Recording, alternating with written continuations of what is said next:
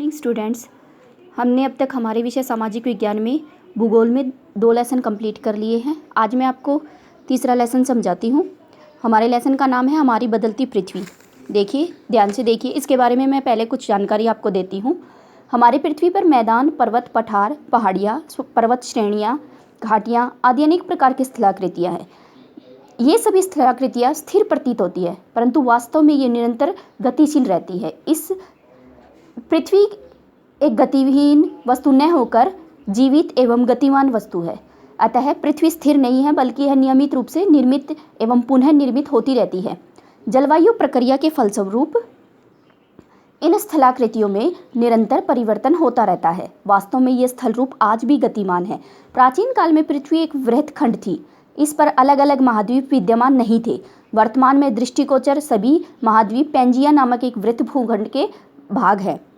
जो अब हमारे जो महाद्वीप है वो पहले एक ही रूप में थे, जिसको पैंजिया कहा जाता था। पैंजिया एक सुपर महाद्वीप था। समय के साथ साथ पैंजिया अनेक टुकड़ों में खंडित हो गया और ये खंडित भूभाग धीरे धीरे एक दूसरे से दूर चले जाते रहे और वर्तमान अवस्था को प्राप्त हो गई। पृथ्वी की इन गतिशील भूखंडों को ही स्थलमंडलीय प्लेट भी कहा जाता है।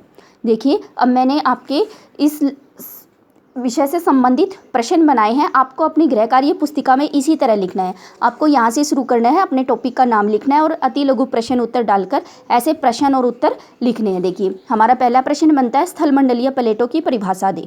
इसका उत्तर होएगा भूप्रपट्टी में अनेक बड़ी एवं कुछ छोटी, कठोर, असमान आकार की प्लेटें होती है, जिन पर महाद्वीप एवं महासागर की सतह टिकी होती है। उन्हें स्थलमंडलीय प्लेट कहा जाता है। अब अगला प्रश्न है हमारा, स्थलमंडलीय प्लेटें क्यों गति करती हैं?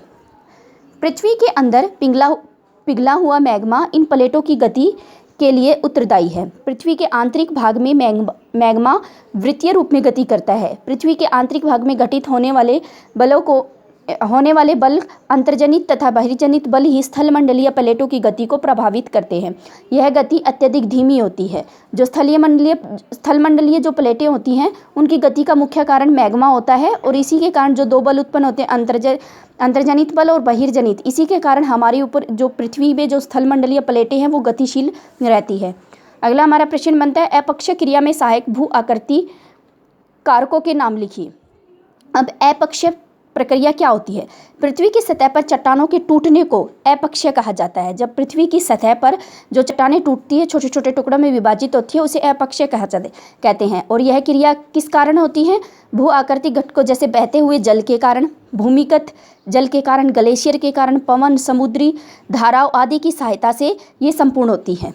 अब लोएस क्या है?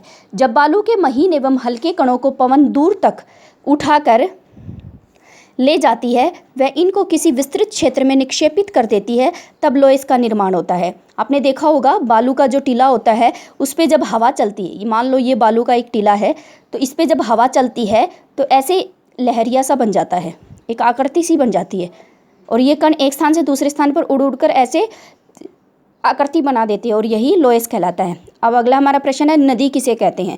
प्राकृतिक चैनल में प्रवाहित स्वच्छ जलधारा जो अपने निर्धारित किनारों में प्रवाहित होती हुई अंत में सागर में मिल जाती हैं, नदी कहलाती है। इस तरह प्यारे बच्चों, आपको इन 5 प्रश्नों के उत्तर अपनी गृह कार्य पुस्तिका में साफ सुंदर लिखाई में लिखने हैं और याद करने हैं। धन्यवाद।